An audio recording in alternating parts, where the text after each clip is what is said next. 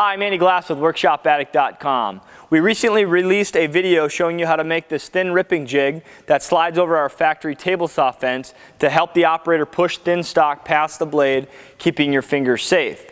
Well, when I was using this jig, I noticed that it was very cumbersome and time consuming to take the jig on and off every single time you wanted to use it. So I came up with an idea. Being I use mainly 3/4 inch stock all the time, I modified this jig to have a spring-loaded pad underneath. Same concept as before, this jig slides over the table saw fence, but it hovers approximately an inch, inch and a quarter above the table saw surface, allowing you to utilize that fence below. When you need the jig, you simply press down and slide it along the fence like normal, and you can slide it back and release it. It's always on your fence, ready to go. If you need to run something vertical or something thicker than approximately an inch, you can simply take it off, put it to the side, do your work, and then put it back on when you need it. So in this video, I'm going to show you how I make it. Stick around. Hope you enjoy.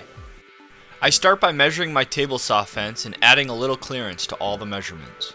I then rip all the parts for the main body of the jig on the table saw. That consists of a 1/8 inch hardboard side, a 1/2 inch MDF side, a 1/2 inch MDF top, and 2 pieces of 1/2 inch MDF laminated together for the handle. With all the parts cut to width, we can head over to the miter saw station and square up one end, and then set that end against a stop block and cut the parts to the same length. To temporarily attach the parts together, I use CA glue. I apply a generous amount and set the parts in place. I then spray the joint with an activator to instantly set the glue.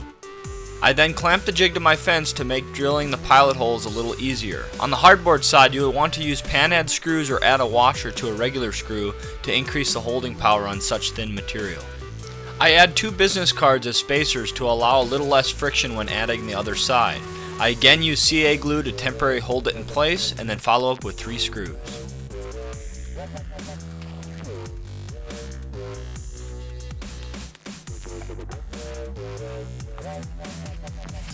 Taking the 2 laminated pieces to the miter saw, I knock off the corners to give it a more comfortable profile.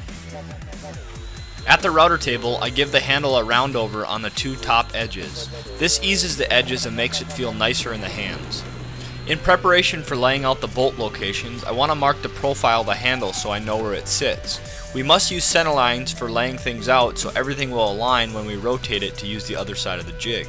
I mark the positions for the bolt locations. They will fall right in between the handle and the inside of the fence. At the drill press, I install a brad point bit that is a 32nd of an inch larger than the bolt outside diameter. This will allow some play in the mechanism and help prevent jamming. We can head back to the table saw and measure the distance in between the 2 faces of the fence and cut the pad to width. I clamp the pad in position on the jig itself, and using the same diameter drill bit, I mark the locations in the pad. Remember to align these on your center mark. I then change bits to a smaller bit to allow the bolts to thread in. I measure the distance I would like the springs and then cut them with a pneumatic cutoff wheel.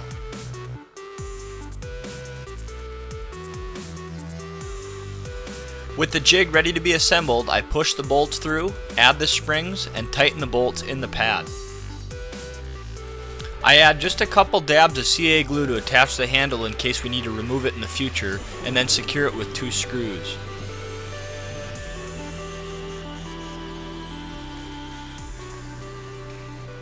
Well, what do you guys think? I thought the jig turned out great. I think it's very innovative. I've never seen it before.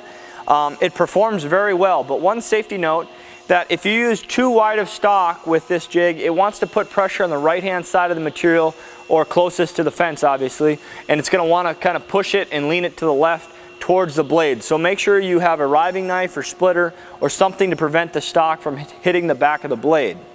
One kind of solution for that issue is, instead of a flat bottom on the jig, maybe put a notch in here, so not only does the jig push down on the material, but it also pushes it through, preventing that issue. I think that would be a nice innovation for this version of the jig. Maybe we'll have another video in the future. Let me know below if you have any questions, comments, or concerns. I'll be happy to provide some feedback. I encourage you to follow us on social media, as we have product review updates, project updates, and exclusive social media giveaways. I'm Andy Glass with Workshop Addict. Thanks for watching, and I'll see you next time.